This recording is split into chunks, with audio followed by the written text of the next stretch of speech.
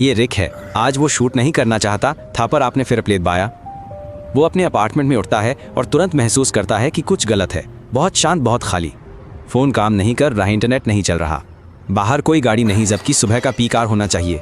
रिक घर से निकलता है, आंगन घूमता, हैपर्स की दुकान में जाता है पर कोई इंसान नहीं मिलता। सब कुछ अपनी जगह पर है, माइनस फ्रिज में सामान। ट्रैफिक लाइट चमक रही है मानो शहर खुद ही चल रहा हो। बस लोग अब और नहीं है। रिक सूनी सड़कों पर चलता है। बस स्टॉप पर एक अखबार पड़ा है। हेडलाइन में छोटा सा लिखा है, एक अज्ञात वायरस ने सबको नींद में ही खत्म कर दिया। ये सब एक ही रात में हुआ। अब रिक समझा कि कोई भी घरों से बाहर क्यों नहीं आया, सब बस जागे ही नहीं, लोग घरों में ही रह गए। रिक अंदर नहीं जाता, माइनस उसे डर लगता है। सब कुछ थम गया। कॉफ़ी शॉप्स खुली हैं, दरवाजे बंद नहीं हैं। वो अपना पता लिखना शुरू करता है, दीवारों पर, गाड़ियों पर, खंभों पर। शायद कोई और जीवित हो और इसे देखे। 3 दिन बीतते हैं और बिजली चली जाती है। नल में पानी गायब हो जाता है। रिक तहखाने में जाता है और बॉयलर से बचा हुआ पानी निकालता है। वो छत पर आग जलाता है और बाहर निकलने के पास सोता है। तकिए के नीचे एक लोहे का पाइप है। वो शहर में पैदल चलता है और अपने पीछे एक ठेला खींचता है। वो भोजन, दवाएं और गर्म कपड़े ढूंढता है। फार्मेसी में उसे मास्क मिलते हैं। गोदाम में उसे एक टॉर्च और डिब्बा बंद सामान मिलता है। वो नक्शे पर निशान लगाता है ताकि उसे याद रहे कि क्या कहाँ है। 1 महीना बीत जाता है। दुकानों की खिड़कियों पर धूल जम जाती है और सड़कें काई से ढक जाती हैं। बाहरी इलाके में उसे एक लोमड़ी दिखती है। आगे कुत्तों का झुंड। हवा उनसे बचकर निकलता है।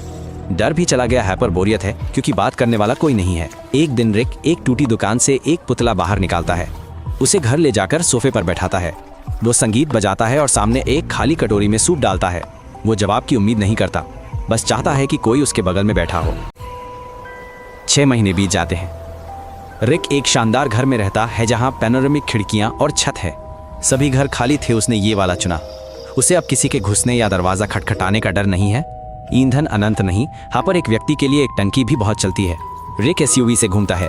वो पुरानी गैस स्टेशनों से डिब्बे भरता है। एक खत्म होने पर अगले पर जाता है। उसने गैराज बनाया, जनरेटर खोला। अब उसे हर नली और हर पुर्जे की जानकारी है। रिक अब केवल बचने की कोशिश नहीं कर रहा, बल्कि जी रहा है जैसा उसे आता है। वो एक दिनचर्या का पालन करता है, नाश्ता, इलाके का दौरा और सामान की जांच। हर दिन एक जैसा होता है और रिक को इसमें शांति मिलती है। वो पुतलों से बात करता है, उनके साथ आग के पास बैठता है, उन्हें घर में रखता है जैसे उसके पड़ोसी हों। एक हमेशा खिड़की वाली कुर्सी पर होता है, दूसरा रसोई में, तीसरा वर्कशॉप में काम करता है। रिक खुद को भूमिकाएं और नियम देता है, फिर खुद ही उन्हें तोड़ देता है। वो जानता है कि ये एक खेल है, पर इसके बिना सब बिखर जाएगा। एक दिन रिक को शेल्फ के पीछे आहट सुनाई दी और उसे एक बड़ा काला भृंग मिला। उसने उसे हथेली में उठाया, एक कांच के जार में रखा और नाम दिया टॉम्बो। उस दिन से टॉम्बो खिड़की पर रहता, ब्रेड के टुकड़े खाता और उसका अपना भोजन का समय भी तय था। रिक उससे बातें करता, अपने विचार बांटता और अपनी पढ़ी किताबें भी बताता। वो चुप नहीं रह सकता था। उसे सुनने वाले कान चाहिए थे, भले ही वे भृंग के हों। कभी कभी वो टॉम्बो के लिए कार्टून बनाता जिनमें वो ग्रह को अकेलेपन से बचाता था। ये मूर्खतापूर्ण था, पर और कोई रास्ता नहीं था। समय के साथ रिक को वे चीजें सुनाई देने लगीं जो थी ही नहीं। पहले केवल सरसराहट, फिर आवाजें। उसे लगता कि कोई उसका नाम पुकार रहा है।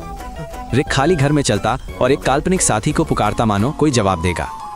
कभी कभी उसे बाहर हलचल दिखती, पर निकलने पर बस हवा मिलती। उसे अब अजीब नहीं लगता कि सोते समय पुतले हिलते हैं। वो जानता था कि ऐसा नहीं है, फिर भी देखता कि उनमें से एक कल की तुलना में बिस्तर के करीब खड़ा था। फिर भी एक सुबह पुराने रेडियो का बटन घुमाते हुए रिक को एक पल के लिए एक आवाज़ सुनाई दी।